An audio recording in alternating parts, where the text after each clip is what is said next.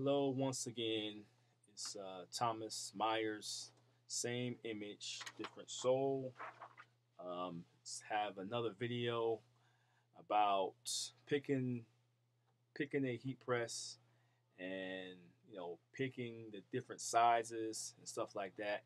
Now the one I have is a 16 by 20 heat press, which means 16 in width and then 20 inches in length.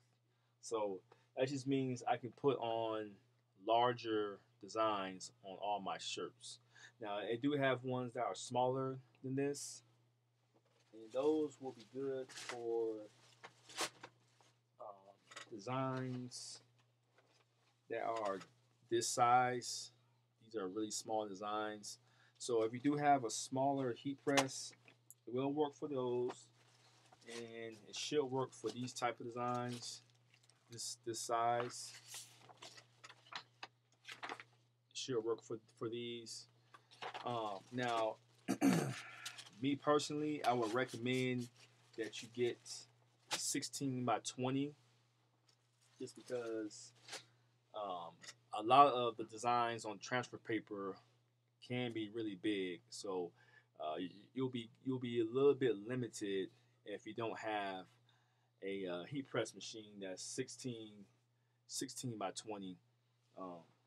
For instance, this is a great design, but it's huge. It's huge.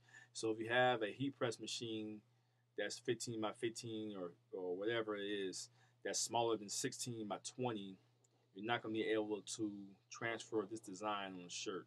So, and me personally, I like all my shirts with a full design.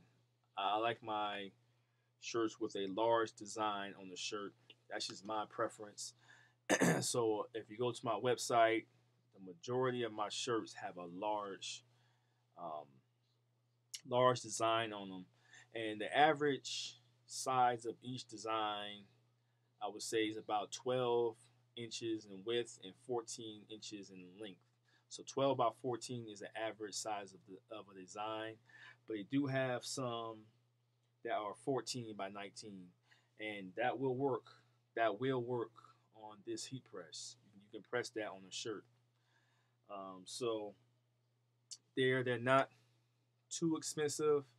You get the one I have, I got brand new, and it cost me about $500. But of course, you don't have to get them brand new. If you're strapped for cash, you get it used. Check eBay, check Craigslist.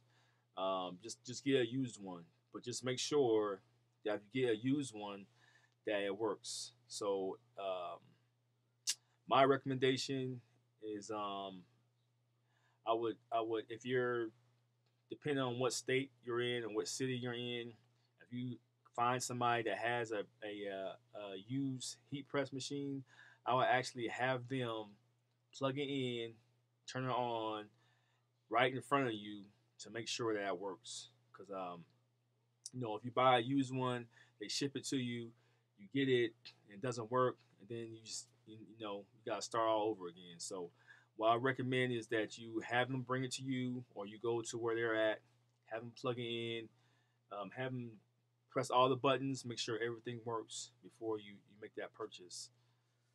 So that's about it. Again, if you have the money, I will get one that's brand new. I will get I will get a heat press machine that's top notch. If you have the money, but if you strap for cash, get a used one.